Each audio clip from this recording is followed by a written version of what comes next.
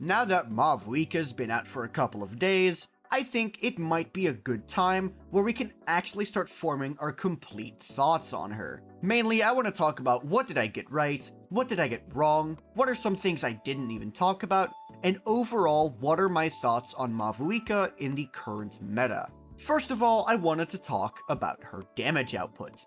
This was one of the biggest things I said about Mavuika that made her really strong. And let me tell you, I wasn't kidding. Mavuika's damage output, even at a currently gimped level, is incredibly strong. Because she uses a new weekly boss, we are not even able to fully level up her talents. But guess what? It doesn't really matter because she's still clearing incredibly fast.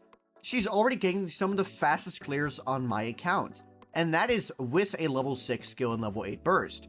And she's competing with characters that have 3 crowns, or in some cases 2, but at least they have crowns, whereas Mavuika is dealing with completely undergeared stuff. Even then, I haven't even finished building my Seat Lolly, so guess what? There's even more potential for damage there. Mavuika's damage output is kind of incredible, and honestly, I really don't know what else I can say about the damage that makes you understand just how good it is. I'm able to hit 1 million damage on her burst, and sure, this is something that Mualani can do as well, but Mavuika is so much easier to use because her brain damaged playstyle really is insane. I'm not gonna go out here and say Mavuika has by far the highest damage ceiling in the game, because guess what? We can't really tell yet. But based on what I've been able to play, she's definitely shaping up to be one of the best characters in the entire game when it comes to dealing with raw damage. She is the first ever DPS to come out after Neuvillette, and then when people say that she might be better than him, I don't even question it, because there are so many arguments to call her the new best carry in the game, it's kind of ridiculous. For example, Mavuika has front load, something that Neuvillette does not. So if you just want to deal a lot of damage in a very short amount of time, Mavuika will do better than Neuvillette in most scenarios.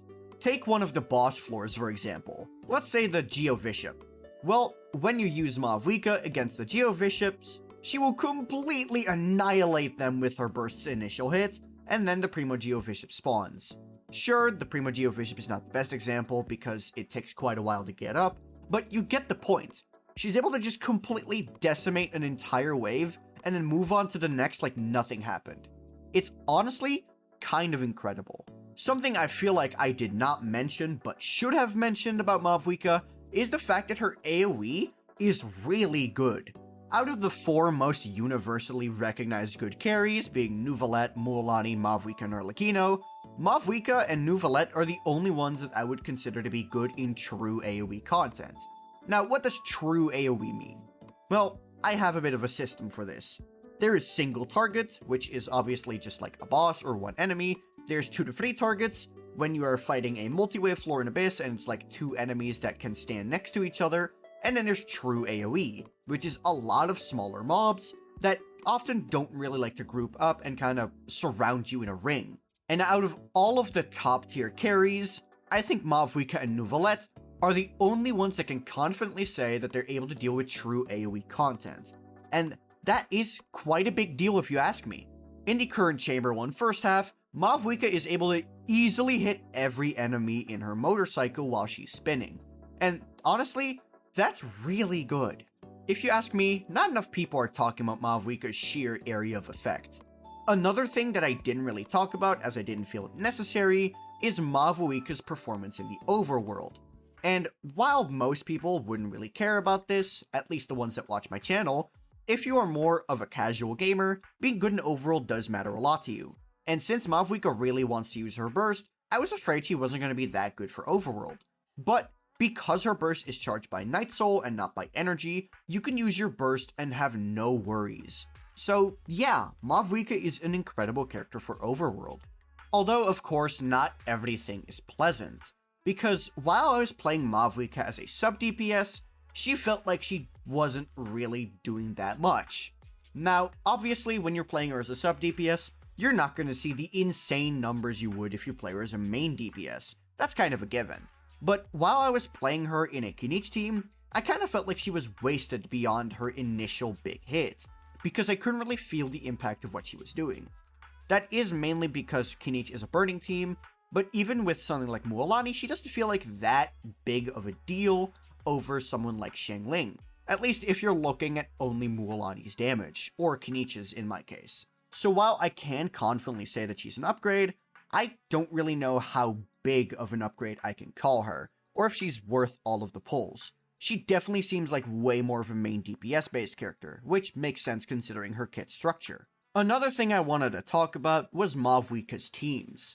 Oftentimes when I discuss DPS Mavuika on my channel, it was usually in the context of a Vaporize team, because I felt that Vaporize would be the more utilized team.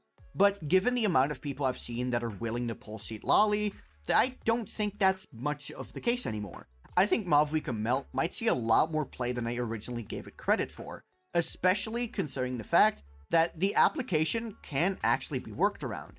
Because something I did say in my videos is as a solo cryo, Citlali would not be able to apply enough cryo for Mavuika to melt every hit. And while that is true, there are ways to work around it and make it work for you. One thing that I was recommended by a bunch of people was after your second melt of your first charge attack to jump cancel the charge attack and then to do it again. This gives Citlali enough time to reapply cryo, giving you some more melts. And actually a really strange benefit that I saw in this is because Citlali is not able to fully melt every Mavuika hit, it means that you are able to apply Pyro after Mavuika is done with her damage, which means that it's a more repeatable rotation as you're able to reapply Cinder City without having to adjust your rotation in a weird way. Because that's something I noticed with Farina. I would have to put her into healing mode so I could apply Pyro to the enemy and then proc Cinder City, which felt a bit awkward. Speaking of Farina, her inconsistent Hydra application has struck yet again. Because Farina in a Mavuika team, while you are able to vape all of your charge attack hits, being able to vape her burst every time is a little bit more inconsistent. You see, Farina doesn't apply Hydro at the same time every time. She is a bit inconsistent because her pets have their RNG. So that means that Mavuika will not always vape her burst's initial hit. She will most of the time, don't get me wrong, but when you do miss it, it does kinda suck. Now, I also wanted to talk a bit about Mavuika's Night Soul restrictions. This was one of the most controversial things about Mavuika's kit, and for good reason. So, how are they? Well, they're definitely noticeable. And I'm not gonna lie to you, I'm not gonna be kidding. It is quite a bummer, because without Shallonen, Mavuika does feel quite a bit worse. And it feels really bad being forced into pulling a 5-star that you might potentially not like, just because their synergy with another character that you do like is so damn good. But don't get me wrong, even without Shallonen, Mavuika is still an incredible carry. But what do you think of Mavuika? Did you pull her? And if so, are you enjoying her? Or maybe you regretted it? Let me know in the comments below. And while you're down there, be sure to like and subscribe to my channel. If you still have any questions about Mavuika, be sure to join my Discord and ask in the help chat. You can also follow me on Twitter for my raw takes on things as they come out. But that'll be it from me. Peace.